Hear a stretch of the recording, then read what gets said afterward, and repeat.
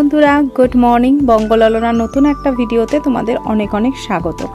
তো তোমরা আশা করি তোমরা সবাই খুব ভালো আছো এবং সুস্থ আছো। তো এই ভিডিওটা কিন্তু অন্য সমস্ত ব্লগ ভিডিওর মতো নয়। এই ভিডিওটা তোমাদেরকে একটা কি ইনফরমেশন দেওয়ার জন্য আমি এই ভিডিওটা বানিয়েছি। তার কারণ হচ্ছে যে অনেকেই এখন দেখছি মধুপুরে বেড়াতে যায়, আমিও গেছিলাম কিছুদিন আগে। তো মধুপুরে দেখার অনেক কিছু আছে এবং সেখানে ধরো দুদিন তোমরা রইলে এবং থাকার জায়গাটা যদি একটু কমেতে পাওয়া যায় এবং তার সাথে যদি 3 বেলা খাওয়া দাওয়াটাও যদি পাওয়া যায় একই টাকার মধ্যে, তাহলে পরে আরও ভালো হয়। তো সেই জন্য তোমরা কিন্তু মধুপুরে যদি দুদিন গিয়ে থাকো এবং সেখান থেকে তারপরে তোমরা আবার দেওঘরে গেলে, সেখানে গিয়ে থাকলে কি ওখান থেকেই তোমরা আবার দেওঘর ঘুরতে যেতে পারো, যেটা আমরা করেছিলাম। আমরা ওখানেই ছিলাম এবং ওখান থেকে গাড়ি বুকিং করে আমরা দেওঘর আরও যত সাইট সিন আছে সেগুলো আমরা ঘুরতে গেছিলাম। তো এবারে এখানে বলি যে মধুপুরে আমরা থেকেছিলাম স্বামী বিবেকানন্দ মিশনে। মিশন মানেই জানো পরিবেশটা ভীষণ ভালো। সকাল হলেই ভোরবেলা ওদের আরতি, ছোট ছোট বাচ্চারা এখানে থাকে, তারা মহারাজের সাথে এখানে সকালে এক্সারসাইজ করে, নাম কীর্তন করে। সারা দিন বেশ পরিবেশ ভালো, নিয়ম নিষ্ঠার সাথে এখানে থাকতে হয়। এখানে চারিদিকে গাছপালা সমস্ত কিছু আছে, তোমার ভীষণ ভালো লাগবে। পরিবেশটা খুবই ভালো, মনোরম পরিবেশ। এখানে দুটো গেস্ট হাউস আছে, একটা ডান পাশে পড়ে, একটা বাঁ পাশে পড়ে। তো আমরা বাঁ দিকের গেস্ট হাউসটাতেই ছিলাম। ঘর বেশ বড়, সামনে বারান্দা, আর শীতের সময় একদম ফুরফুরে রোদ সকালবেলা এসে আমাদের বারান্দায় পড়তো। তো এখানে গেস্ট হাউসের যে রুম ভাড়াগুলো সেগুলো মাথা পিছু এখানে থাকা এবং খাওয়া নিয়ে মাথা পিছু 450 টাকা করে আমাদের প্রতিদিন পড়েছিল। আমরা 3 বেলা এখানে খাওয়ার পেয়েছিলাম। সকালবেলা ব্রেকফাস্ট দিয়েছিল, দুপুরের লাঞ্চ দিয়েছিল এবং রাতের ডিনার দিয়েছিল। আর আরও সকালে ব্রেকফাস্টেরও আগে এখানে চা বিস্কুটেরও একটা ব্যবস্থা রয়েছে সকালবেলা। তো খাওয়া দাওয়া, রান্না বান্না বেশ পরিষ্কার, একদম ঘরোয়া রান্না, শরীর খারাপের কোনো প্রশ্নই ওঠে না। এখানে নিয়ম হচ্ছে সকাল 8:30টার মধ্যে তোমাকে রেডি হয়ে খাওয়ার ঘরে চলে যেতে হবে, ওখানে ব্রেকফাস্ট দেবে। দুপুরবেলা লাঞ্চ হচ্ছে 12:30 থেকে 1:30টার মধ্যে এখানে লাঞ্চ কমপ্লিট করে ফেলে। তারপরে রাতের ডিনারও হচ্ছে 8টা থেকে 8:30টার মধ্যে রাতের ডিনার কমপ্লিট হয়ে যায়। তোমরা যারা মধুপুরে আসতে চাও, ঘুরতে চাও, যদি তোমাদের থাকার জায়গাটা একটু কমের মধ্যে বাজেটটা যদি তোমরা রেখে যদি থাকতে চাও, তারপরে ঘোরা এগুলো যদি রাখতে চাও, তো আমার মতে এরকম রামকৃষ্ণ মিশনে থাকলে পরে ভীষণই তোমাদের ভালো লাগবে।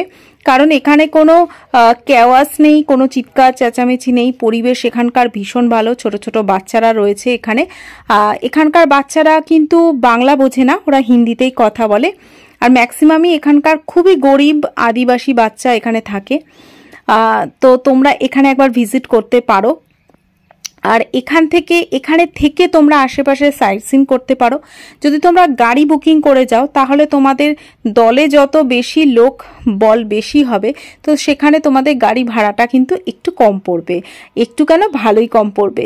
তো সেগুলো বিচার বিবেচনা করে এই ছোট্ট একটা ইনফরমেশন দেওয়ার জন্য ছোট্ট একটা ভিডিও তোমাদের সাথে শেয়ার করলাম। তোমরা দেখো, আশা করি তোমাদের ভালো লাগবে এবং তোমাদের ভবিষ্যতে কাজেও লাগবে যদি কখনো মধুপুর বেড়াতে যাও। তো ভিডিওটা কিরকম লাগলো আমাকে জানাতে কিন্তু একদম ভুলো না কমেন্টের মাধ্যমে। তো চলো, আজকের ভিডিওটা আমি এখানেই এন্ড করে দিচ্ছি। লাইক, শেয়ার, কমেন্ট করতে কিন্তু একদম ভুলো না। সবাই ভালো থেকো, সুস্থ থেকো এবং সাবধানে থেকো।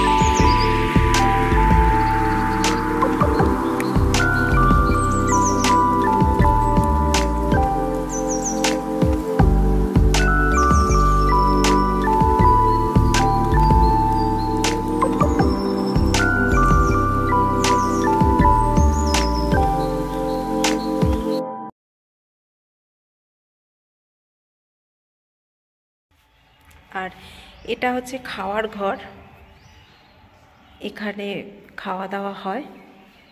দেখো এখানে সারদা মায়ের ছবি চারিদিকে।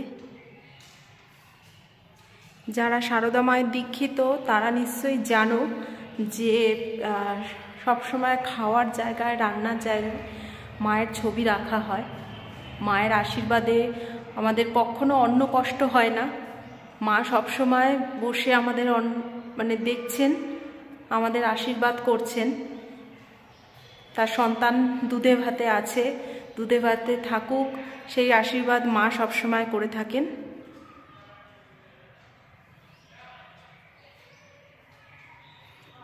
মায়ের বিভিন্ন সময়ের ছবি এখানে টাঙানো রয়েছে, বাঁধানো রয়েছে। এর মধ্যে একটি ছবি আমার বাড়িতেও রান্নাঘরে রয়েছে। এখানে দেখো, এখানে বাচ্চারা বসে খায়, সাথে যারা বেড়াতে আসে তারা, আমরা সবাই একসাথে বসে খাই। এখানে খাওয়ার নিয়ম হচ্ছে, প্রথমে খাওয়ার দেওয়ার পরে বাচ্চারা, মহারাজ সবাই ভগবানের নাম নিয়ে মন্ত্র পাঠ করে তারপরে খাওয়া স্টার্ট করে। তারপরে খাওয়া হয়ে যাওয়ার পরেও আবার মন্ত্র পাঠ করে সবাই একসাথে উঠে যায়। এখানে নিজেদের পাতা নিজেদেরকেই ফেলে আসতে হয়, পরিষ্কার পরিচ্ছন্ন রাখতে হয়।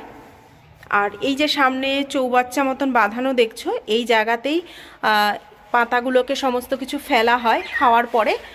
আর তারপরে এই পাতাগুলোকে সমস্ত জ্বালিয়ে দেওয়া হয়। এখানেও এরকম বড় গাছ,